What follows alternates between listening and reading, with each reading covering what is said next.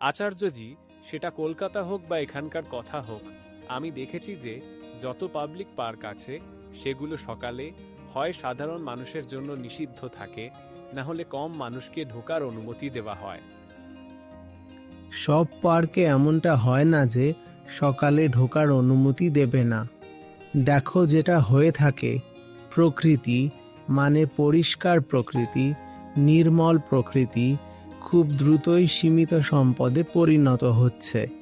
যেমন একটা সময় টাকা ছিল সীমিত জিনিস, ভালো খাবার ছিল সীমিত জিনিস, তেমনি এখন পরিষ্কার বাতাসও সীমিত জিনিস হয়ে যাচ্ছে।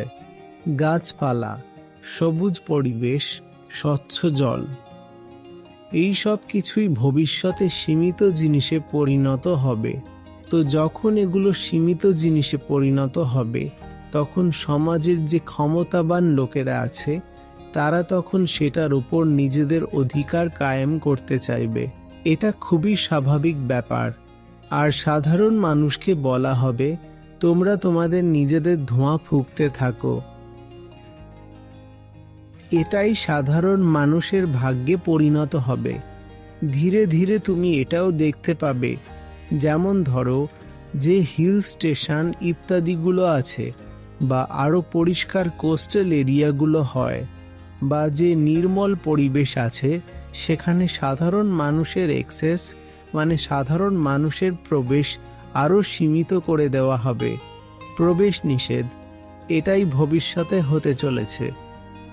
ধরো কোনো খুব ভালো হিল স্টেশন আছে, পিক সিজনে সেখানে এটাও হতেই পারে যে সেই হিল স্টেশনকে বা সেটার কিছু অংশকে যারা ক্ষমতাবান আছে তাদের জন্য সংরক্ষিত করে দেওয়া হবে।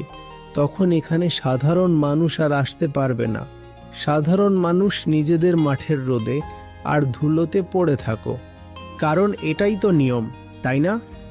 যাদের হাতে শক্তি থাকে তারা সমাজের সবচেয়ে মূল্যবান সম্পদগুলোর দখল নিয়ে নেয়, সেগুলোকে হস্তগত করে নেয়।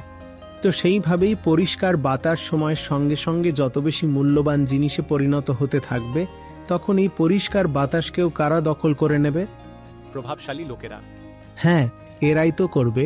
রাজনীতিবিদরা, আমলারা, আর যে অগাধ সম্পদের মালিকরা আছেন তারা। তখন পরিষ্কার বাতাসের উপর এদের কবজা হয়ে যাবে, পরিষ্কার জলের উপর এদের কবজা হয়ে যাবে।